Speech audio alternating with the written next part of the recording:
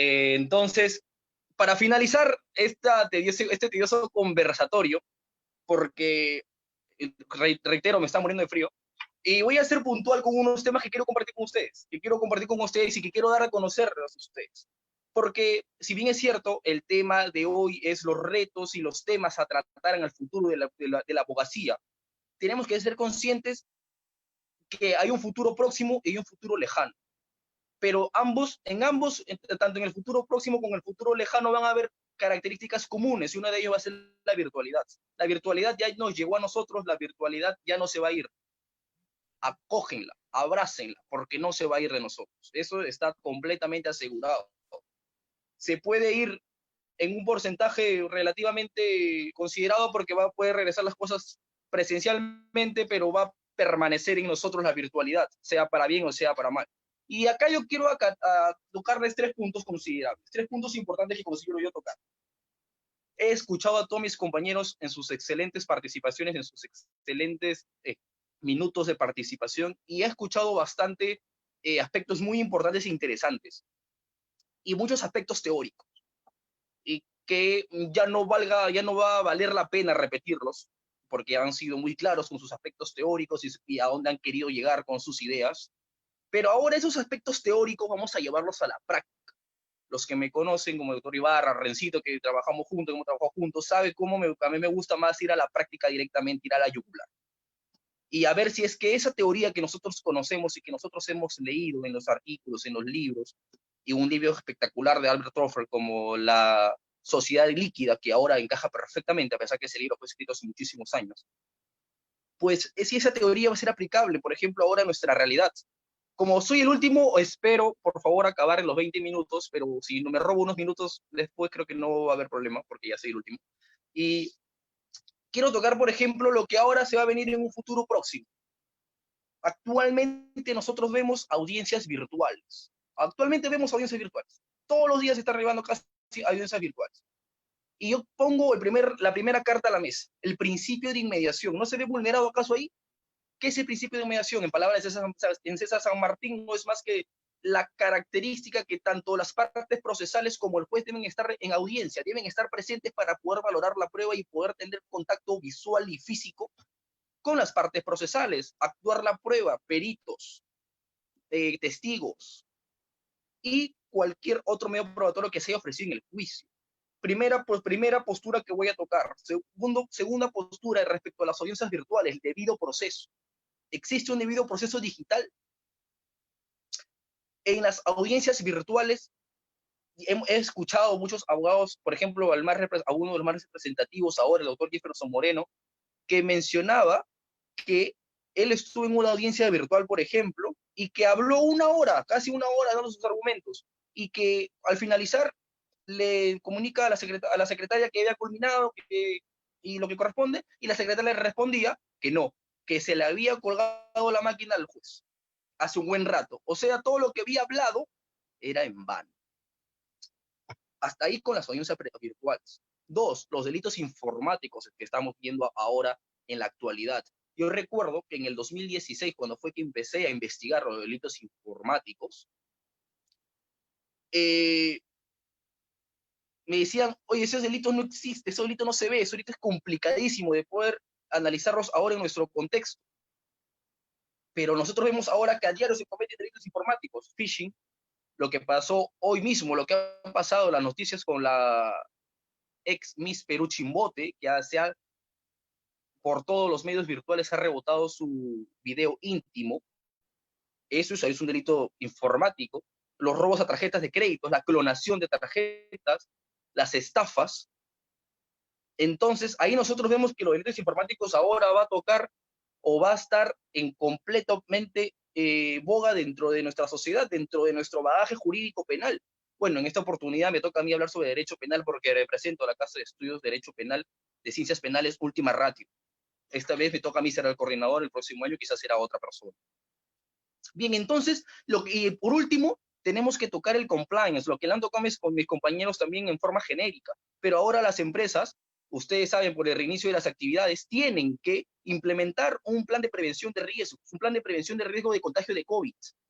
Y si no lo hacen, ahí entra responsabilidad penal Pues sí, y por un delito de omisión. Entonces, en primer lugar, los delitos cibernéticos. Por ahí leí un comentario dentro de la caja de comentarios de la transmisión en vivo que un compañero mencionaba respecto a cómo se puede llegar a investigar estos delitos informáticos si es una problemática conocida, que no se va a poder llegar nunca a un buen puerto. Pues la primera crítica que yo le veo a la ley de delitos informáticos, por ejemplo, es el problema de la fiscalía especializada en la investigación de delitos informáticos, porque no se puede investigar de igual manera un delito convencional con un delito informático. No se puede aplicar las mismas técnicas de investigación por parte del Ministerio Público como para investigar un delito convencional. En primer lugar, ¿cómo nosotros podemos identificar o individualizar al autor en un delito informático? Si en primer lugar nosotros no sabemos de dónde ha venido o de dónde ha sido proveniente ese acto ilícito utilizado a través de un medio electrónico.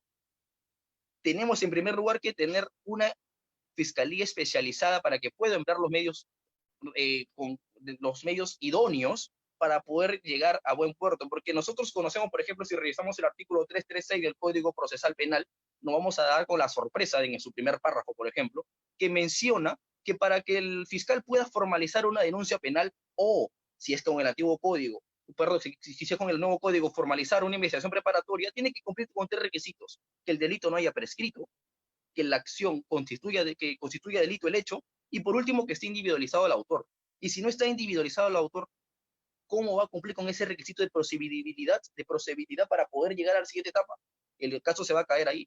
Y ustedes me dirán entonces, pero por el ID de la computadora, perfecto. Y si el ID es una computadora, una cabina de internet, es que fue alquilada, ¿a quién le echa la culpa? A la cabina de internet. Es más, ahora como ya estamos hablando de tecnología propiamente dicha, ¿qué pasa si el delito informático se ha cometido con un robot?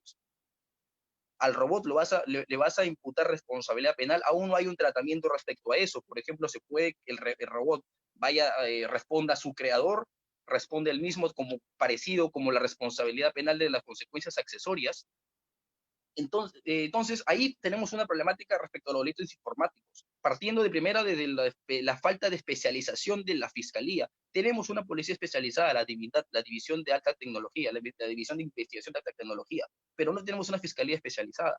Y aparte que se utilizan los actos de investigación del nuevo Código Procesal Penal, pero el nuevo Código Procesal Penal tiene su esencia para investigar delitos convencionales. La esencia para investigar delitos convencionales, yo considero, es una propuesta que hice hace un tiempo en una conferencia que pude dar, que la ley de delitos informáticos debe tener un reglamento, al menos como para guiarse cuál debe ser su actuación frente a delitos de esta naturaleza. Por ahí con los delitos informáticos y su problemática. El siguiente punto respecto a las audiencias virtuales. El principio de inmediación, como lo mencioné en un momento, ¿se va a ver afectado?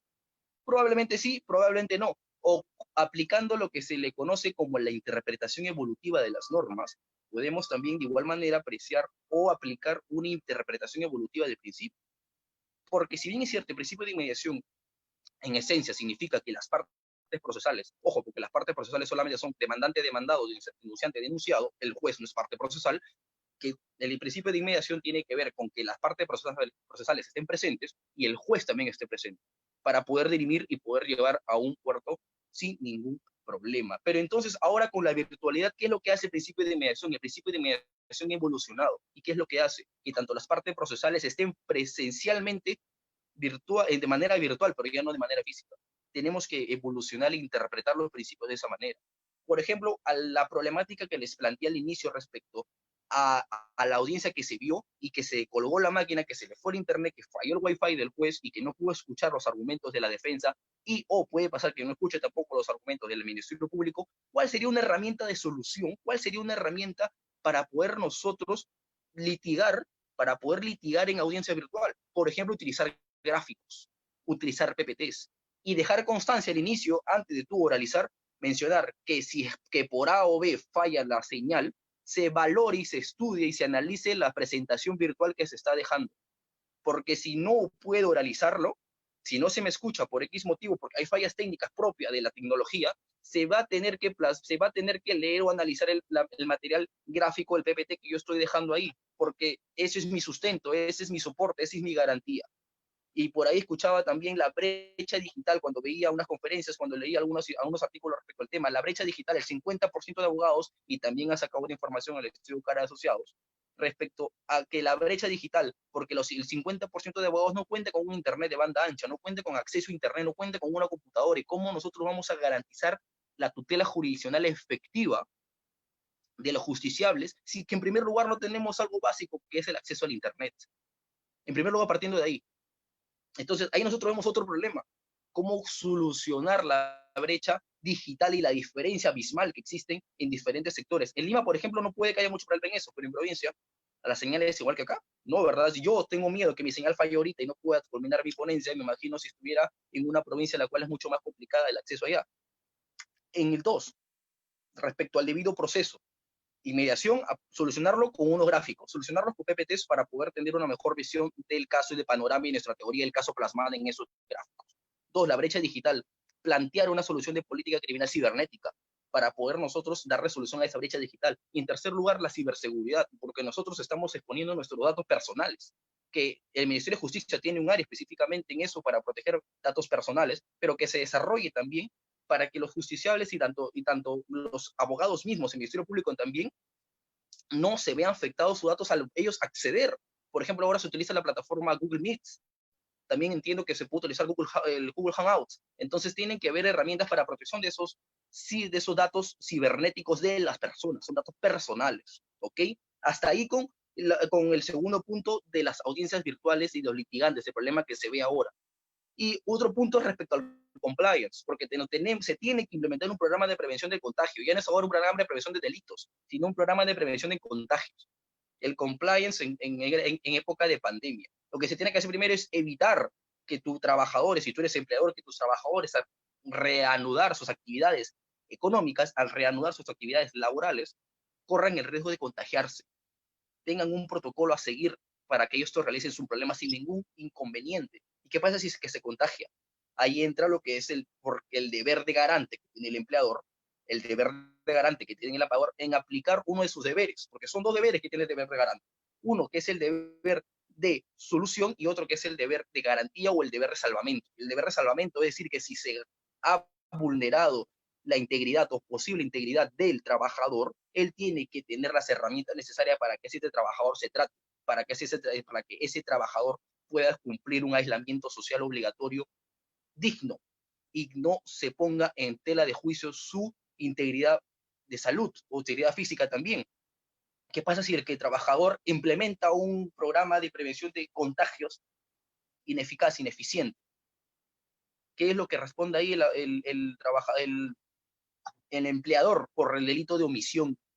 Por ejemplo, artículo 162A, atentados contra las medidas de salud y seguridad en el trabajo. Puede ser con concurso, ¿con qué delito? Con el artículo 292, violación a las medidas sanitarias. ¿Y por qué? Por acción, no, por omisión impropia. Él tiene la fuente de peligro, tiene que manejar la fuente de peligro para evitar cualquier daño. Es el panorama que nosotros debemos de ver ahora. Por un lado, repito, para que sea mucho más coherente, las audiencias virtuales, cómo se soluciona la vulneración al principio de inmediación, con gráficos, PPTs, ser didáctico, porque para eso sirve la tecnología, así como evoluciona para nosotros darnos facilidades de conectarnos, no importa la distancia, tenemos que dar solución también con gráficos y PPTs y poder ser mucho más didácticos. Y me estaba olvidando las objeciones, por ejemplo. Las objeciones son la herramienta más importante de un litigante para evitar que ingrese información falsa, para evitar que ingrese información errónea, para evitar que el juez prevarique, como dice Juan Carlos Portugal en sus audiencias. No, yo tengo que objetar para evitar que usted prevarique, señor juez, para evitar que usted cometa un delito. Pero si las objeciones tienen como esencia aplicarse y interponerse de manera inmediata antes que la información ingrese, ¿qué pasa si no tenemos buena señal? ¿Qué pasa si no tenemos una buena señal de Wi-Fi y una buena señal de Internet? Y al momento de que nosotros decimos objeción, señor juez, la otra parte ya habló. ¿Qué va a decir el juez? Infundado, improcedente, por extemporánea. Pero ¿cómo nosotros vamos a poder evitar eso o manejar eso si no es nuestra culpa, escapa de nuestras manos? La tecnología tiene esa problemática, que puede ser lenta, que puede tener problemas técnicos. Tiene que haber una flexibilización en materia de principios o de técnica de litigación oral aplicada al proceso Por ejemplo, escuchaba también en el Centro de Estudios de Derecho Laboral, el CEDL, donde participaban mi gran amigo y profesor Marco Sucrupe, donde mencionaba sobre la teoría del caso en materia laboral y mencionaba sobre las objeciones. La materia laboral y materia penal tienen algo en común, que es el juzgamiento, que es el juicio oral, la teoría del caso. Obviamente que con sus diferentes matices, pero tiene lo mismo, teoría del caso. Y una de ellas, y la más importante, creo, para un abogado no litigante defensor, es las objeciones, evitar que tanto la fiscalía ingrese información falsa y evitar que tanto el juez valore información errónea, información inexacta. Pero si falla el sistema y nosotros objetamos y la otra parte ya ha respondido, por ejemplo, que el testigo haya respondido, o que en un alegato de apertura la fiscalía haya mencionado prueba que no se ha admitido en etapa intermedia, hay un problema muy grande ahí, hay un problema de debido proceso y de derecho de defensa, es más. Entonces, tenemos que interpretar nosotros en base a lo que le mencioné, la interpretación evolutiva de las normas o aplicando, extenderlo a la interpretación evolutiva de los principios. Porque si no vamos a poder aplicar de manera correcta y concreta el principio de inmediación, vamos a tener que flexibilizarlo con gráficos, etcétera, etcétera.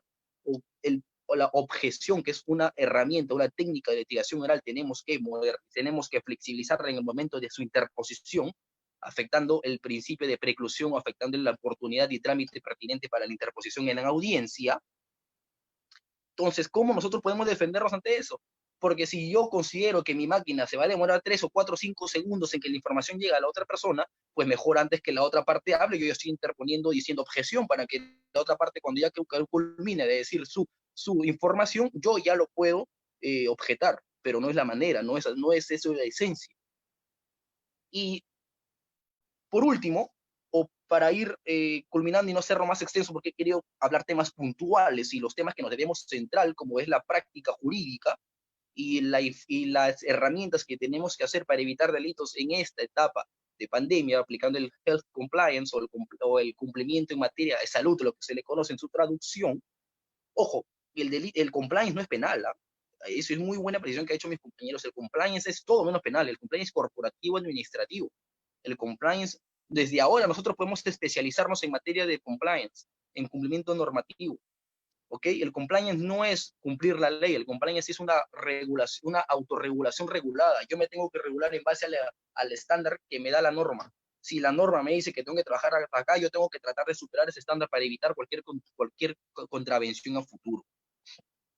Y por último, por ejemplo, se mencionó también de los jueces robots. Hay que tener en cuenta que los jueces robots en sus resoluciones, porque existe Ross, por ejemplo, que es un abogado que ya ha litigado, pero si en el caso existiera un juez robot, espero que nunca pase porque sería fatal, el juez robot no da un análisis concreto. Lo que el juez robot emite en sus resoluciones son aproximaciones, son probabilidades.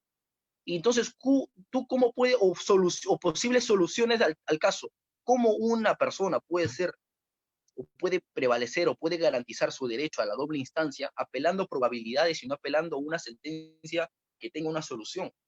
¿Qué apelo yo? ¿Probabilidades? ¿Qué apelo? Doctor, apelo, sala superior, apelo esta probabilidad y esta probabilidad no, porque esta sí estoy de acuerdo. Se va a apelar de esa manera.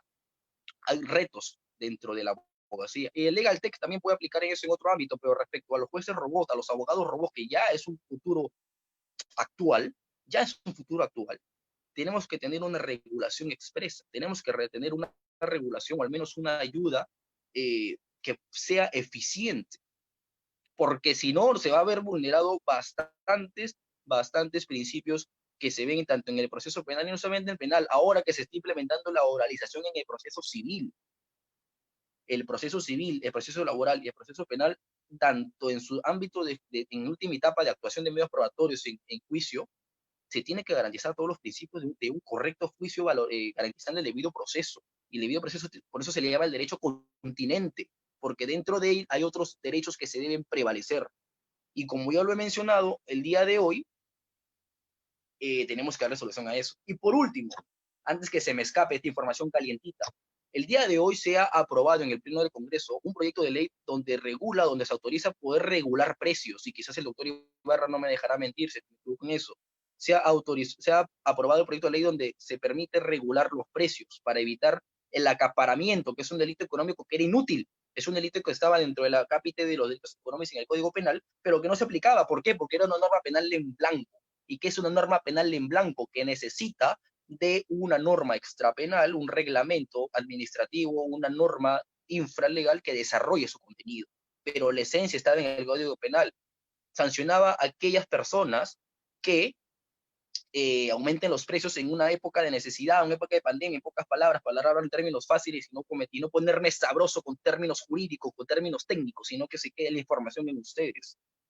Se ha aprobado este proyecto de ley de acaparamiento, ojo, se ha aprobado en el Congreso, aún no está vigente, aún no se publica, porque tiene que ser firmada por el presidente.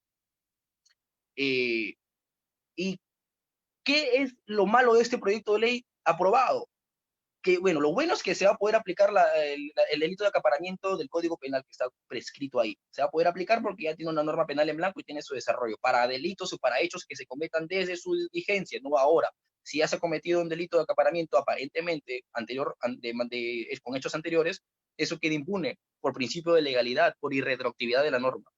Pero si a partir de hoy, por ejemplo, que supongamos queda en vigencia tal la aprobación del proyecto de ley, a partir de ahora sí se va a poder imputar, o sea, se va a poder investigar por el delito de acaparamiento.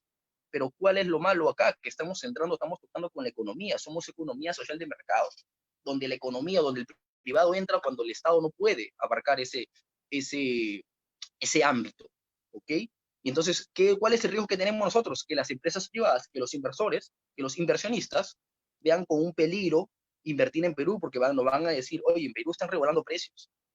¿Dónde queda el pacta sunt servanda? ¿Dónde queda la libre contratación? Espero yo, no he tenido la oportunidad de leer la norma todavía, pero lo he visto en internet, que esta solamente sea por etapa de pandemia, que esto solamente sea por el estado de emergencia y que no sea, y que no sea una normalidad hasta después de pandemia, porque por algo el delito de acaparamiento y la mayoría de delitos de norma penal en blanco que tiene que ver con con que donde el Estado se meta en los precios de la economía, por eso se derogaron, para no tener ningún problema con los privados. Y pues estos son los comentarios que quería compartir con ustedes, porque creo que son importantes en la práctica jurídica, lo que nos vamos a dedicar ahora. Y haciendo un recordario súper rápido, en primer lugar, las audiencias virtuales, principio de mediación con gráficos, debido proceso a la brecha digital que existe, tenemos que solucionarlo de alguna manera, porque no todos tienen acceso a Internet. Los delitos informáticos, tener una fiscalía especializada, una capacitación pues coherente o una capacitación aceptable para los delitos informáticos, porque va a estar, es más, los delitos informáticos hasta ahora no existe ninguna sentencia. Y lo digo porque me he dedicado a investigar con el doctor Daniel Ernesto Peñalabrín, que es un docente también de UPN, que es uno de los pioneros en la investigación de los delitos informáticos, y no hemos encontrado absolutamente ningún pronunciamiento judicial de estos delitos que buscando en la Corte Suprema, que sería lo ideal, o de primera o segunda instancia. No existe. ¿Por qué? Por su falta de aplicación. Así como existen problemas en la responsabilidad penal de las empresas, de las personas jurídicas, existen problemas también en los delitos informáticos, por una cuestión de individualización del autor. No se puede investigar un fantasma. Te acepto que en diligencias preliminares te investigues para ver quiénes son los responsables, pero si vas a formalizar denuncia penal o si vas a formalizar la investigación preparatoria, tienes que saber quién es el individuo que ha cometido ese delito. Pero como no se logra a buen puerto y como se vence el plazo de investigación y no tiene las herramientas necesarias, archivan el caso. Muy bien, señores. Y el compliance, que es un tema más técnico que no he tocado muy a fondo, solamente la responsabilidad del empleador en omisión impropia por la falta de protección o falta de prever el riesgo que puede cometer esa fuente de peligro en la implementación de los riesgos COVID. Conmigo ha sido por hoy hasta acá y espero que en una próxima oportunidad también pueda participar con ustedes. Agradecer la oportunidad al doctor Manuel Ibarra Trujillo, excelente docente de Derecho Constitucional y que hemos aprendido bastante, al menos yo he aprendido bastante de él, junto con Rancito, creo que somos los más antiguos, los más viejos acá, por así decirlo, que hemos compartido con el doctor Ibarra en su estudio, en sus clases, en ciertas de conversaciones, hasta tarde ahí en su oficina, y que nos ha servido con consejos como un padre dentro de la carrera. Muchísimas gracias con todos. Soy José Arturo Matos y hasta una siguiente oportunidad.